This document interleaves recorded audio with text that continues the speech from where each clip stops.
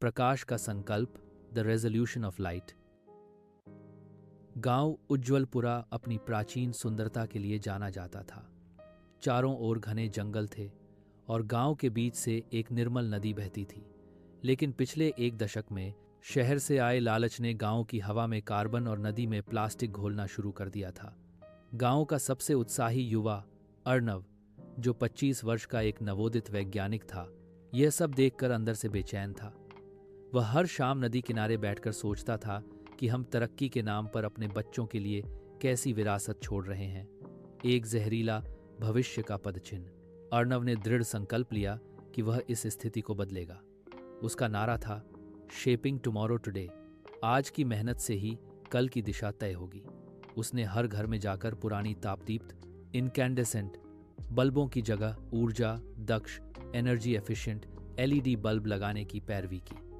उसने गणित समझाते हुए बताया कि ये छोटे छोटे बदलाव लंबी अवधि में उनके बिजली के बिल को कैसे शून्य के करीब ला सकते हैं।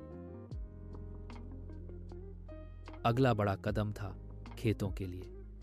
उसने एक छोटा लेकिन प्रभावी सौर ऊर्जा से चलने वाला वाटर पंप डिजाइन किया। पहले किसानों को डीजल खरीदना पड़ता था और धुआं भी सहना पड़ता था, लेकिन अब दिन भर की धूप से बिना किसी लागत के उनके खेतों को पानी मिलने लगा। इस छोटे से आविष्कार ने गांव की आर्थिक स्थिति को पूरी तरह बदल दिया। जो पैसा डीजल पर खर्च होता था, वह अब बच्चों की शिक्षा और गांव के विकास पर खर्च होने लगा। अर्णव के प्रयासों का परिणाम अविश्वसनीय था।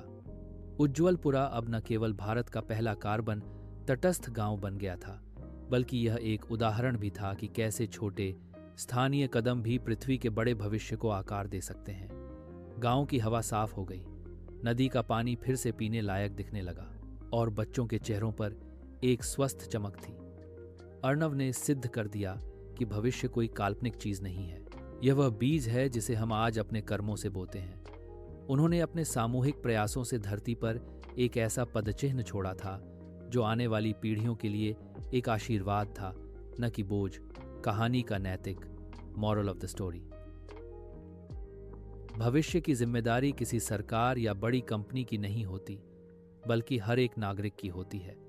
अपने छोटे से कार्य से भी आप धरती पर एक ऐसा सकारात्मक पदचिह्न छोड़ सकते हैं जो आने वाली पीढ़ियों को प्रकाश दे।